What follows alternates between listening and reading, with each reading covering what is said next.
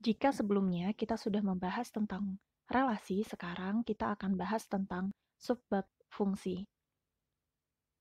Fungsi, apakah fungsi itu? Disebut fungsi jika setiap anggota himpunan A dapat dipasangkan dengan tepat satu unsur di himpunan B, serta pemetaan daerah asal tidak berganda. Untuk menyatakan suatu fungsi, terdapat beberapa representasinya. Yang pertama adalah fungsi sebagai diagram panah. Syaratnya, ada domain dan kodomain, terdapat anak panah, habis dipetakan, peta dari setiap anggota domain tidak boleh bercabang. Ini maksudnya adalah sebagai berikut. Terdapat himpunan A serta himpunan B dan memiliki fungsi. Ini maksudnya adalah, ini memenuhi syarat ada domain dan kodomain. Ada domain dan kodomain. Kemudian terdapat anak panah dan habis dipetakan. Jadi di domain itu harus habis dipetakan. Kemudian peta dari setiap anggota domain tidak boleh bercabang. Kita lihat pada anggota yang A. Anggota A ini merupakan domain dan tidak ada anggota yang bercabang. Jadi, inilah bentuk dari fungsi sebagai diagram panah. Kemudian, dari gambar yang ada di layar, manakah yang merupakan fungsi? Yang harus kita lakukan yang pertama adalah apakah domainnya telah dipetakan semua? Nah, dari gambar yang A, domainnya tidak dipetakan semua, berarti ini jelas bukan fungsi. Yang A jelas bukan fungsi. Kemudian, kita lihat yang B. Yang B tidak semuanya dipetakan ke daerah kodomain, berarti yang B jelas bukan fungsi. Kemudian yang C, kita lihat yang C. Anggota pada himpunan A ini semuanya dipetakan kepada anggota himpunan B. Berarti setelah itu kita perhatikan lagi apakah ada yang bercabang dari anggota A ke anggota yang B. Ternyata di himpunan A anggotanya tidak ada yang bercabang dan ini merupakan fungsi. Kemudian untuk yang nomor D, semua anggotanya dipetakan ke anggota B dan tidak ada satupun yang bercabang, berarti ini merupakan fungsi. Dari keempat gambar ini, yang merupakan fungsi adalah gambar C dan gambar D. Kemudian untuk menyatakan suatu fungsi dengan fungsi sebagai pasangan terurut. X, Y, X adalah anggota A dan Y adalah anggota B untuk fungsi dari A ke B. Syaratnya, untuk setiap X, anggota dari A atau disebut dengan domain harus dipetakan. Kemudian, setiap X anggota A mempunyai setiap peta bayangan di Y anggota B kodomain. Jadi, setiap yang ada di anggota A itu mempunyai peta bayangan ya. Kita lihat sebagai berikut. Saya akan buatkan, maksudnya pasangan terurut itu seperti apa? Pasangan terurut seperti ini. 1 dipasangkan dengan 1, kemudian 4 dipasangkan dengan 2. Kita urutkan. Kemudian 9 dipasangkan dengan 3. Dan 16 dipasangkan dengan 4. Nah, yang disebut dengan pasangan terurut adalah yang seperti saya tuliskan ini. Kemudian, manakah yang merupakan fungsi? Kita lihat manakah yang merupakan fungsi. Syarat dari fungsi adalah pemetaannya atau peta bayangannya itu hanya satu dari daerah domain, dari daerah asal. Yang A, kita lihat daerah asalnya yang pertama adalah 2, kedua juga 2, ketiga juga 2, keempat juga 2, kelima 3. Ini berarti terdapat cabang yang lebih dari satu dari daerah domain. Berarti yang A bukan merupakan fungsi. Kemudian yang B. Yang B, kita perhatikan daerah domainnya dulu. 1, 2, 3, dan 4. Ini artinya yang B merupakan fungsi. Daerah domain yang di sini berarti adalah yang merupakan X merupakan daerah domain dan Y merupakan daerah kodomain. Kemudian kita perhatikan untuk fungsi sebagai koordinat kartesius. Pada grafik fungsi dari A ke B memiliki syarat yang pertama, semua anggota A harus dipetakan. Kemudian semua anggota A hanya dapat mempunyai satu peta di B. Kita contohkan yang pertama. 1 dipetakan ke angka 2. Kemudian 2 dipetakan ke angka 3. 3 dipetakan ke angka 4 dan 4 dipetakan ke angka 5. Sehingga pada gambar tersebut sudah merepresentasikan bentuk koordinat kartesius dari fungsi. Oke, kita lihat gambar berikut ini. Grafik manakah yang menunjukkan fungsi? Untuk menunjukkan fungsi itu mudah sekali, kita hanya tinggal menarik sebuah garis vertikal. Gambar pertama, jika ditarik titik-titik pada sumbu X, maka terdapat banyak titik-titik potong pada kurva, sehingga ini bukan merupakan fungsi. Kemudian, saya tarik garis pada sumbu X, terdapat hanya satu titik yang berpotongan, sehingga ini dapat dikatakan fungsi. Kemudian, saya coba kembali untuk grafik yang ada di nomor 3. Grafik yang ada di nomor 3, ini hanya memiliki satu titik. Hanya memiliki satu titik pada sumbu X. Nah, sehingga ini merupakan fungsi. Untuk yang gambar nomor 4, jika saya tarik titik pada sumbu X, maaf ini miring, saya tarik pada sumbu X, terdapat 2 titik potong, sehingga ini bukan merupakan fungsi. Jadi yang merupakan fungsi adalah grafik yang memiliki satu titik potong saja. Kemudian ada jenis-jenis fungsi. Ada 2 jenis fungsi. Yang pertama adalah fungsi one-one atau korespondensi satu-satu. Jika fungsi A1 sama dengan fungsi A2, maka A1 itu sama dengan A2. Ini artinya, jika kita perhatikan pada gambar, fungsi satu itu ada, korespondensi satu-satu itu adalah memberikan tepat satu domain ke kodomain dengan jumlah anggota yang sama. Nah, untuk menentukan jumlah korespondensi satu-satu, kita dapat menggunakan rumus sebagai berikut, yaitu menggunakan n faktorial. Maksudnya apa?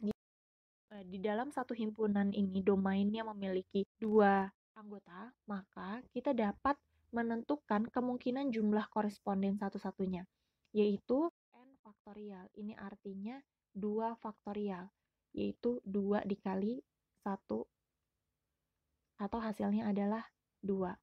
Bagaimana jika ada 4? Ini untuk mengecek apakah pengerjaan kalian benar atau tidak. Jadi kita bisa menunjukkan dengan jumlah korespondensi satu-satunya. Kemudian bagaimana jika anggotanya ada 4?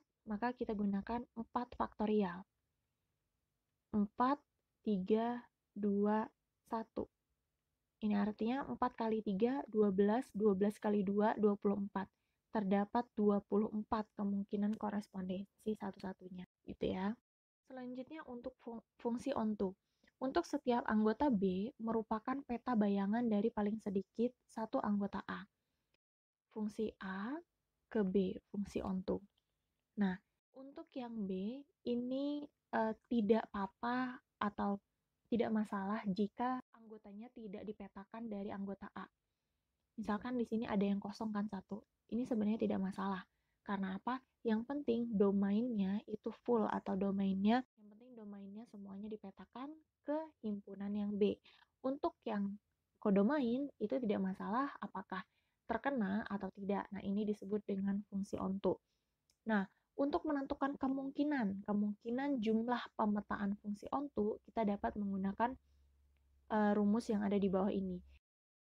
Untuk menentukan jumlah pemetaan dari fungsi onto A ke B, maka kodomain dipangkatkan dengan domain. Anggota dari B ke A, kita juga dapat menentukannya dengan cara jumlah pada anggota himpunan A dipangkatkan dengan jumlah pada anggota himpunan B. Nilai fungsi. Domain dan range suatu fungsi. Jadi, untuk menghitung nilai fungsi satu variabel, misalkan diketahui fungsinya adalah 3x dikurang 1 dengan x anggota dari bilangan real. Kita disuruh untuk menentukan bayangan 3 oleh f Kemudian nilai f untuk x sama dengan negatif 3, dan nilai t agar f t itu sama dengan 7. Maka kita dapat mengerjakannya sebagai berikut. Untuk yang A, bayangan 3 oleh f ini dapat ditentukan dengan menggunakan rumus fx, itu kan fungsinya adalah 3x dikurangi 1. Kemudian f kita masukkan dengan bayangan 3. 3 sama dengan 3 dikali 3 dikurangi 1. Atau sama dengan 9 dikurangi 1 yaitu 8. Kemudian untuk yang B, nilai f untuk x sama dengan negatif 3. Berarti kita masukkan angka negatif 3. 3x min 1, kemudian f negatif 3 sama dengan 3 dikali negatif 3 dikurangi 1. Negatif 9 dikurangi 1 sama dengan negatif 10. Kemudian untuk yang C, nilai T agar Ft itu sama dengan 7. Berarti agar Ft itu sama dengan 7. Ini artinya kita masukkan fungsinya dan mengubah X menjadi T. Jadi 3T dikurangi 1 itu sama dengan 7. Kita cari variabel T-nya. 3T sama dengan 7 ditambah 1, 8. T sama dengan 8 per 3. Atau 2 per 3. Itu untuk menghitung nilai fungsi satu variabel. Kemudian bagaimana untuk menghitung nilai fungsi multivariabel? Untuk menghitung nilai fungsi multivariabel, jika diketahui terdapat ada 3 variabel yaitu x, y, dan z, sama dengan x tambah y dikali y ditambah z.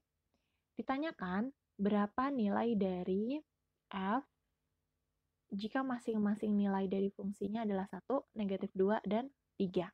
Maka kita dapat menyelesaikannya sebagai berikut. Kita tulis terlebih dahulu f x, y, dan z itu sama dengan x ditambah y ditambah z. Kemudian kita substitusikan nilai dari x, y, dan z-nya. Kita ketahui bahwa nilai x, y, dan z-nya 1, negatif 2, dan 3. Berarti 1 ditambah negatif 2 dikali dengan negatif 2 ditambah 3. 1 ditambah negatif 2 yaitu negatif 1, negatif 2 ditambah 3 yaitu 1. Maka hasilnya adalah negatif 1. Jadi fungsi dengan nilai 1, negatif 2, dan 3, maka jumlahnya atau nilainya adalah negatif 1.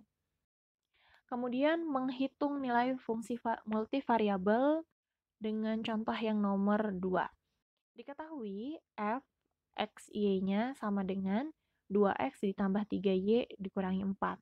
Kita diminta untuk menentukan nilai dari f jika x-nya adalah 2x dan jika y-nya adalah negatif 3y ditambah 1 dalam x dan y. Ini artinya fungsi 2x negatif 3y ditambah 1. Nah, kita substitusikan nilai x ke dalam variabel x dan nilai y ke dalam variabel y. Berarti 2 dikali dengan 2x ditambah 3 dikali dengan min 3y ditambah 1, kemudian dikurangi 4. 2 dikali 2x, 4x, kemudian dikurangi 3 kali 3y, min 9y, 3 dikali 1 ditambah 3, kemudian dikurangi 4. Maka hasilnya adalah 4x min 9y min 1. Kemudian untuk fungsi genap dan fungsi ganjil. Fungsi genap. Suatu fungsi atau relasi dikatakan fungsi genap jika fungsi itu simetri. Jika fungsinya simetri terhadap sumbu Y. Nah, simetri terhadap sumbu Y ini maksudnya apa? Yaitu yang X-nya sama dengan 0. Dalam notasi matematis itu bisa ditulis sebagai berikut. Untuk fungsi genap, fx sama dengan f, itu kan misal negatif 1. Untuk setiap x anggota real dalam domain f. Itu untuk fungsi yang genap. Bagaimana untuk fungsi yang ganjil? Fungsi ganjil adalah sebuah fungsi atau relasi dikatakan fungsi ganjil jika fungsi itu simetris. Simetris terhadap apa? Terhadap titik 0, fx. Untuk setiap x anggota bilangan real dalam domain f. Oke, misalkan dicontohkan sebagai berikut. Jika terdapat contoh yang A, ada fx sama dengan x kuadrat, dan yang B ada fx sama dengan mutlak x. Manakah yang merupakan fungsi genap? Untuk menentukan pada soal ini fungsi genap atau bukan, kita dapat membuktikannya dengan berikut ini. Yang A, ini fx sama dengan x pangkat 2. Ini merupakan fungsi genap. Mengapa fungsi genap? Kita dapat membuktikannya sebagai berikut. F dengan misalkan di dalamnya min x, maka didapat min x kuadrat itu sama dengan x kuadrat. Jadi walaupun di dalamnya negatif, maka hasilnya tetap menjadi positif dan genap. Sehingga untuk yang A, ini merupakan fungsi genap. Kita singkat dengan FG, fungsi genap. Bagaimana untuk yang B? Untuk yang B merupakan fungsi genap juga. Mengapa demikian? Kita buktikan sebagai berikut. Untuk fungsi yang G, dalam mutlak itu kan memiliki dua nilai, yaitu nilainya negatif X serta nilainya X. Untuk fungsi yang negatif X, kita masukkan untuk fungsi yang hasilnya negatif X, maka mutlak negatif X. Kita masukkan ke fungsinya, mutlak negatif X hasilnya adalah X. Kemudian untuk yang positif X, fungsi positif X, kita masukkan ke dalam mutlak, maka hasilnya adalah tetap positif. Dan ini disebut dengan fungsi genap. Gitu ya. Oke, kita masuk ke contoh berikutnya. Untuk contoh dari fungsi ganjil, contohnya adalah fx itu sama dengan x pangkat 3. Jika f dimasukkan dengan nilai x-nya negatif, kita coba menjadi negatif x pangkat 3, hasilnya adalah tetap negatif x pangkat 3.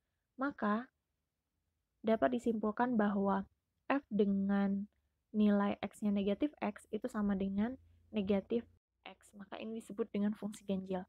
Kemudian, untuk fungsi yang berikutnya, contoh fungsi berikutnya yaitu fx sama dengan 1 per x. Ini merupakan fungsi ganjil juga. Mengapa demikian?